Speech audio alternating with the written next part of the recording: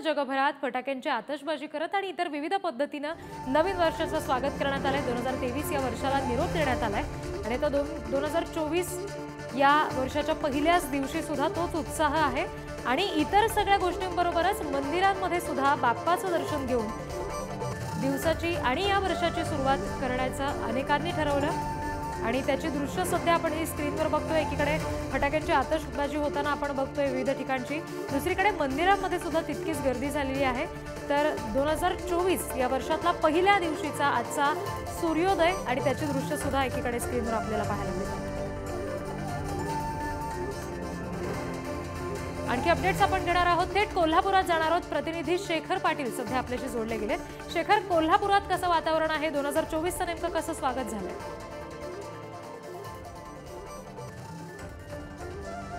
रिद्धी, अगदी जल्लोषात सगळ्याच कोल्हापूरकरांनी जे आहे ते स्वागत आहे नवीन वर्षाचं केलेलं आहे आणि मी सध्या कोल्हापुरातल्या आई अंबाबाई मंदिरात आहे, ज्या ठिकाणी दरवर्षीच भाविक जे आहेत ते पहिल्या दिवसाची सुरुवात जी आहे ती आई अंबाबाईच्या दर्शनाने करावी असं त्यांना वाटत असतं आणि आपण हे दृश्य पाहताय।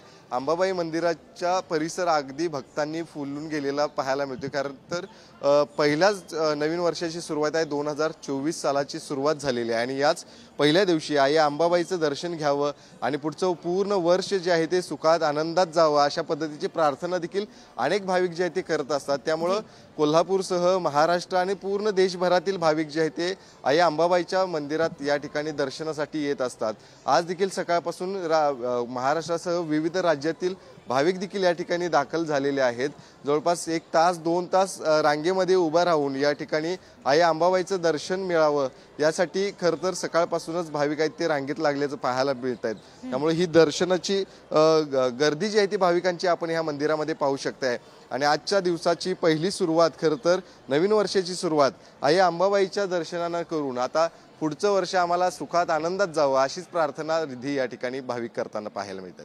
निश्चित शेखर, धन्यवाद दिलेल्या या सगळ्या तपशिलांसाठी आणि कोल्हापुरातली ही थेट दृश्य आमच्यापर्यंत पोहोचवलीत यासाठी। सगळ्या भाविकांकडून नववर्षाचं स्वागत जल्लोषात केलं जात आहे। अंबाबाईचं दर्शन घेऊन या नवीन वर्षाचं स्वागत सगळे भाविक करतात।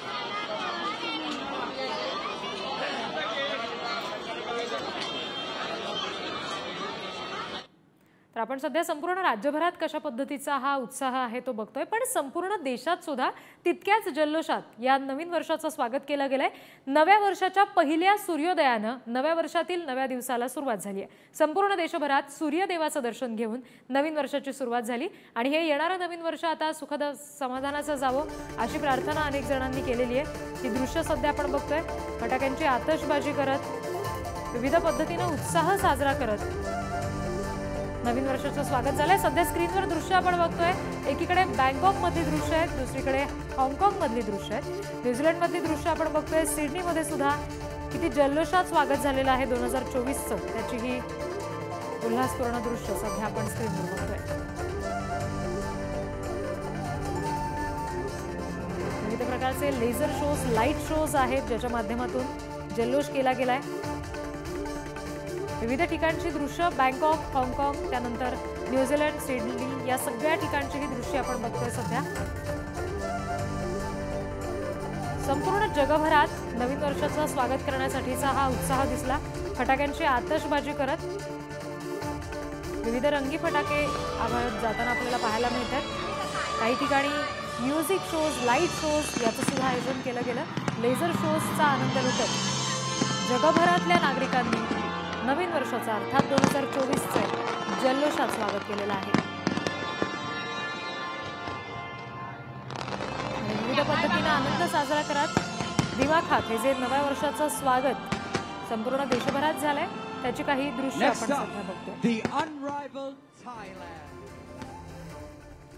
आणि आता ही दृश्य सध्या आपण बघतोय ठाणे, कोलकाता, मुंबई, पुणे आणि श्रीहरिकोटामधली नवीन वर्षाचा आजचा पहिला दिवस, 2024चा पहिला दिवस आणि आजच्या दिवसाची सुरुवात आणि संपूर्ण वर्षभराची सुरुवात या निमित्तानं सूर्योदयानं सूर्यनारायणाच्या दर्शनानं झालेली आहे आणि थेट तुम्ही आता पुढारी न्यूजचे सगळे प्रेक्षक घरबसल्या विविध ठिकाणाहून कशा पद्धतीनं सूर्यदेवाचं दर्शन घेतलं तिथल्या नागरिकांनी तेव्हाची दृश्य सध्या आपण बघतोय। ठाणे, मुंबई, पुणे, कोलकाता, श्रीहरिकोटा या ठिकाणची ही दृश्य सध्या आपण स्क्रीनवर बघतोय। नवीन वर्षाचा हा पहिला सूर्योदय ज्याची थेट दृश्य सध्या आपल्याला पाहता येतात। थेट नाशिकमध्ये जाऊयात आपण। प्रतिनिधी किरण ताजणे आपल्याशी जोडले गेलेत। किरण, नाशिकमध्ये सध्या काय वातावरण आहे? 2024चं नाशिककरांनी कसं स्वागत केलंय?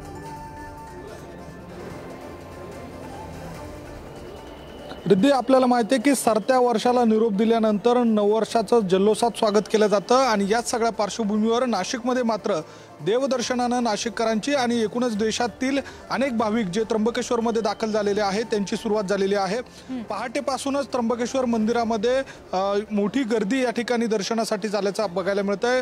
रांगा मोठ्या प्रमाणात लागलेल्या आहेत। हजारोंच्या संख्येनं भाविक रांगेमध्ये उभे आहेत आणि खरं म्हणजे 12 ज्योतिर्लिंगांपैकी आद्य ज्योतिर्लिंग असलेल्या त्र्यंबकराजाचं दर्शन घेऊन या ठिकाणी संकल्प करून नवीन वर्षाची सुरुवात करण्याचा मानस अनेकांचा असतो आणि त्या सगळ्या पार्श्वभूमीवर ही गर्दी झाल्याचं आपल्याला बघायला मिळतंय। पहाटेपासूनच अनेक जण या ठिकाणी येऊन पूजा विधी करताय, दर्शन घेताय, त्र्यंबक राजाच्या चरणी लीन होत आहे आणि आपली जी इच्छा आहे, ज्या आकांक्षा आहेत त्या पूर्ण होण्यासाठी या ठिकाणी दर्शन घेऊन ती सुरुवात करताना आपल्याला बघायला मिळतंय। मोठी गर्दी ही त्र्यंबकेश्वरमध्ये झाल्याचं आपल्याला पाहायला मिळतंय। 1 ते 1.5 किलोमीटर पर्यंतच्या रांगा या मंदिराच्या बाहेर असल्याचं दिसून येतंय आणि याच ठिकाणी मागे आम्हाला काही भाविक पाहायला मिळत आहेत, तर ती सुद्धा दृश्य आम्हाला पाहायला आवडतील की एकंदरीत मंदिर परिसरात काय वातावरण आहे, भाविकांची गर्दी नेमकी कशी आहे?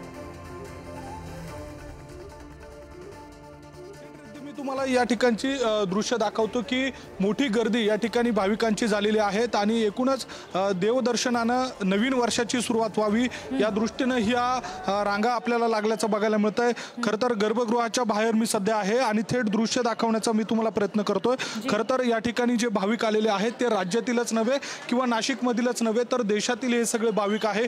वेगवेगळ्या राज्यातून भोलेंचं दर्शन घेण्यासाठी, महादेवाचं दर्शन घेण्यासाठी या ठिकाणी गर्दी केल्याचं आपल्याला बघायला मिळतंय। या ठिकाणी आपण जर बघितलं तर हा समोर आपल्याला दृश्यांमध्ये दिसणारा जो भाग आहे तो गर्भगृहाचा आहे आणि या ठिकाणी जाऊन अनेक लोक दर्शन घेत आहे। आपली इच्छा, संकल्प जे आहेत ते या ठिकाणी पूर्ण होण्यासाठीचं त्र्यंबक राजाकडे साकडं घालताना आपल्याला पाहायला मिळत आहे।